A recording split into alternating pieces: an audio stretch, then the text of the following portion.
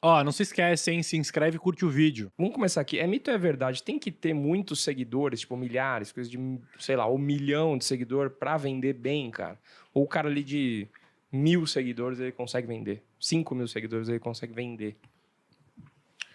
Eu diria que quanto menos você tem, melhor. Melhor? Caraca. É porque assim, se você já tem muitos seguidores e nunca vendeu nada, seu público tá zero acostumado com isso e é um baque muito maior do que se você já constrói a sua audiência mostrando, cara, eu vendo esses produtos. Aí não vira uma surpresa, a pessoa já te segue sabendo disso, você já cria uma audiência pensando no seu produto, pensando para quem ele é útil, então tende a dar mais certo. Então quem começa vendendo tende a ter mais resultado. Isso é muito, por exemplo, a galera do infoproduto, que tende a ter uma boa conversão na internet, porque ele já chega assim, cara, eu vendo um produto.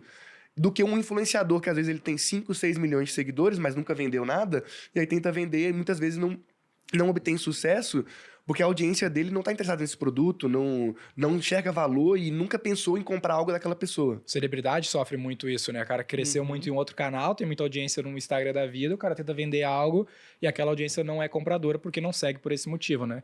Não, esse cara não tem influência. E tem muita empresa que às vezes nem precisa, praticamente não precisa ter o perfil, mas usa a parte da mídia social, que é diferente da rede social, para conseguir vender sem necessariamente ter seguidor, sem necessariamente ter que se expor.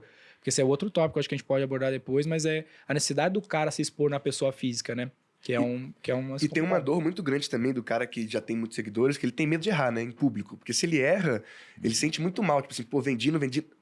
Ofereci um produto e não vendi nada. O cara se sente mal. Então, por isso que eu falo, começa vendendo desde pequeno, porque se você errar, você errou pequeno, você não errou em grande escala, né? Então, você já vai educando, já vai testando, já vai tentando converter, porque aí, quando você tiver grande, você já tá muito mais preparado para escalar do que se você simplesmente começar a fazer um pitch aleatório e ser um fracasso. Verdade. Cara, eu passei por essas fases todas, assim. Eu não vou me considerar uma celebridade, mas eu considero que a gente tem um tamanho relevante Sim. no Instagram e tal. Assim, a gente deve ter... Você tá chegando em 8 milhões ali, só no Instagram do Thiago Nigro ali, exatamente. Cara. Se somar as redes sociais, a gente tem quase 20 milhões, só que um dia a gente teve zero. Então eu passei por toda a escadinha, não é? E o que eu percebo? Eu percebo que no começo foi muito difícil vender. Por que foi muito difícil vender? Porque eu não sabia, porque eu não tinha autoridade pública e eu também não tinha audiência. Né? Em algum momento, eu comecei a ter um pouco mais de audiência dentro desse segmento e eu comecei a faturar um valor bem relevante para a época, para mim. Só que era muito mais óbvio vender naquela época. Porque a minha audiência ela era uniforme. Não é? Então, a audiência é uniforme, as dores são uniformes, o público é o mesmo, a persona é muito parecida. Então, eu conseguia criar algo que solucionasse as dores desse público. Conforme a gente começou a crescer, a gente começou a ter muito mais problemas, porque a gente, por um lado, tinha mais audiência para vender, por outro lado, né, a gente tinha muitas pessoas diferentes. Porque um me seguia por finanças, o outro me seguia por não sei o que lá, o outro seguia pela vida pessoal, o outro não sei o que lá. De repente, você começa a perder um pouco do nicho. E eu lembro que a evidência que isso daqui me atrapalhou foi quando eu estava com a mentalidade de sair da bolha, de furar a bolha. E eu conheci muita gente do mundo de infoprodutos que sonha nisso. Eu quero furar a bolha, quero sair do meu mercado e etc. Isso aqui tem um lado bom, mas tem um lado muito perigoso também.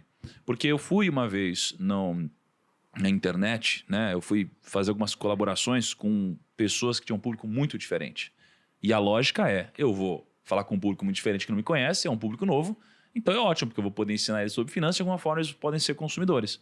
A realidade é que as nossas crenças eram muito diferentes, cara. Então isso aqui gerou o efeito inverso, gerou um colapso. Então gerou algo que eu nunca tinha sentido antes. Gerou ódio, gerou hate, gerou briga, gerou um monte de coisa. E a mesma coisa que acontece quando o cara que era um expert na área dele, ele sai da bolha dos experts.